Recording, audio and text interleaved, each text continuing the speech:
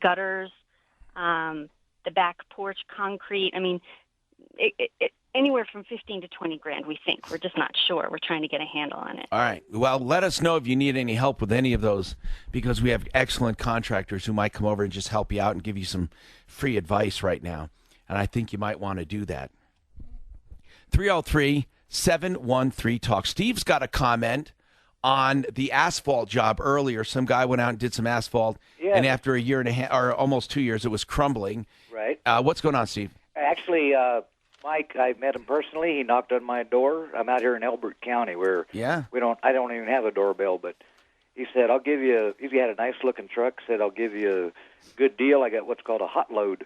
I said, what the heck's that? That guy knocked on your door? That same guy? Same guy. And said he had a load of asphalt and he was doing a job in the neighborhood? And I'm going to preface this with, he knocked twice, one day and then the next week later. I didn't fall for it for the first time.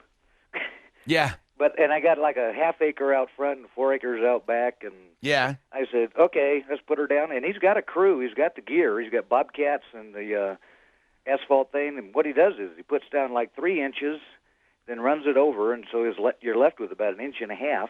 And every time I call, and I wasn't going to call you until my wife called me and said, did you hear Tom Martino talking about this guy? And I said, dear, I've got the card in my hand. Was it a bad job? Oh, yes. And did it start crumbling? Yes, about a year, or 9 months. Same situation. Same situation. And it's not like he couldn't do it right, but I think he's cheating on the thickness or something. It should be like 6 inches, flattened to 4. And this is M.D. Donahoe. Well, it's actually, the card in my hand says M.D. Asphalt Paving and Chip Seal. Okay. And it says you can find us in the yellow pages, and the same numbers.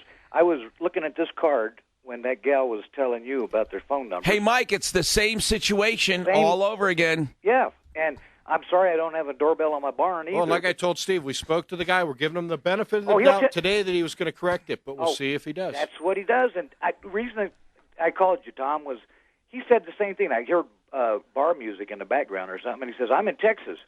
I said, well, can you come out and do this?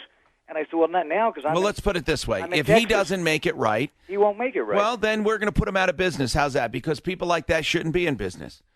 I'm Tom Martino on 630 KHW. Hi, Tom Martino, you're a troubleshooter.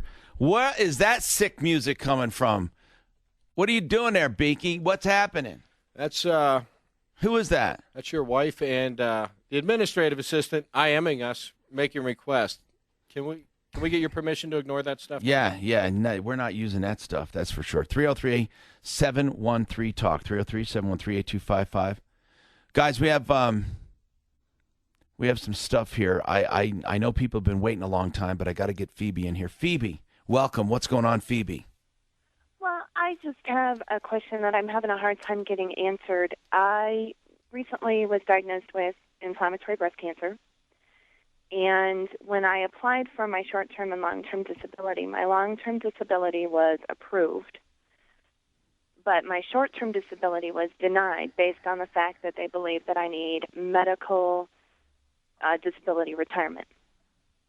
And the question that I had asked or tried to ask from the group who is our union, which, by the way, I wasn't a member, and their response was, oh, we're so sorry you didn't see us as a valuable benefit, but we can't help you. And the thing that they had promised was anybody who was an employee would be able to use their services for the first year, whether you're a member or not.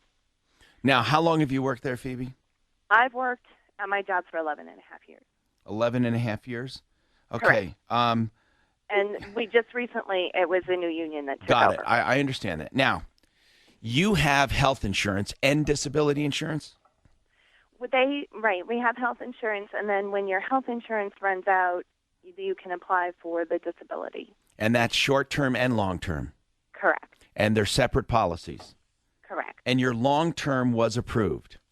Correct. I never heard of long-term being approved and short-term not being approved. Dave Boucher is one of our experts here with Integra Insurance Group. Dave, explain that to me. Have you ever heard that? You need that mic in front of you there.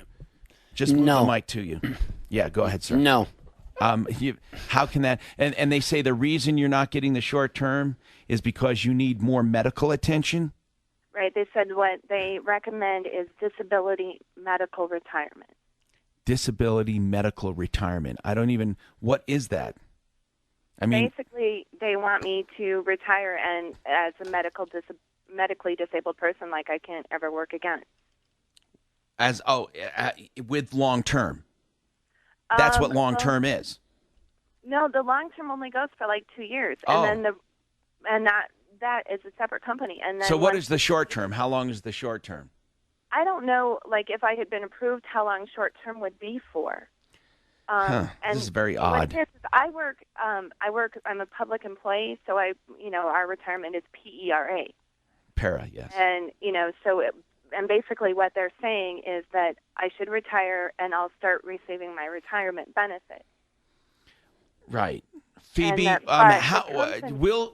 is this something that looks good, this prognosis?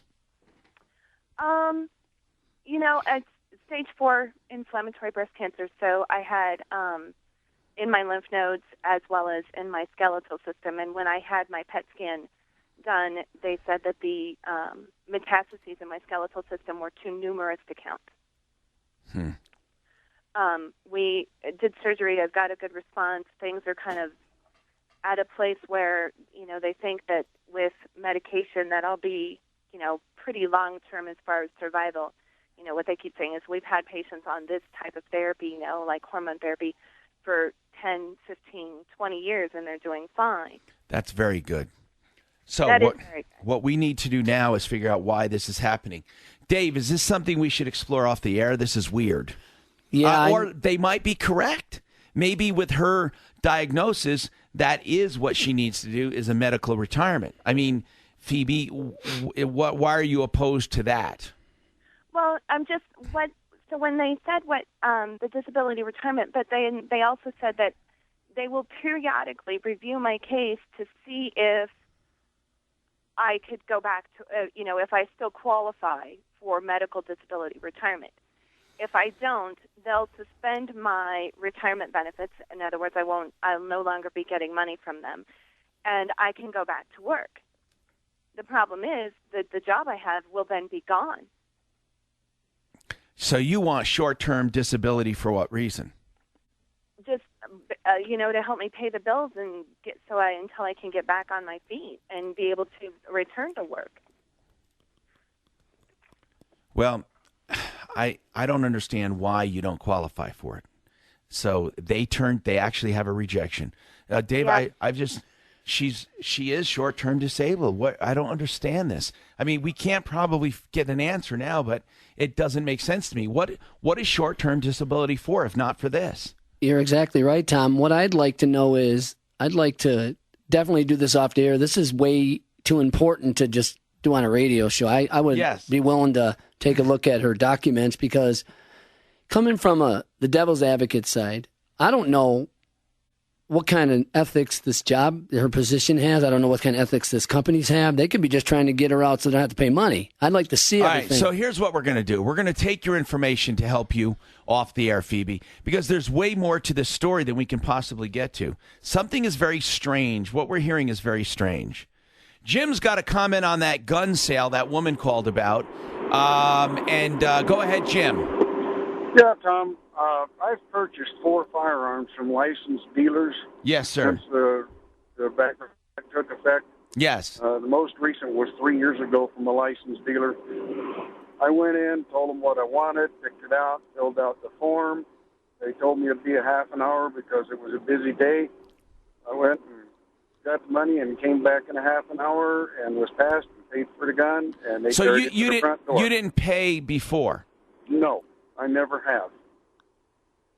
Okay. And it doesn't sound right to me. I think the guy from Gunsmoke is blowing smoke.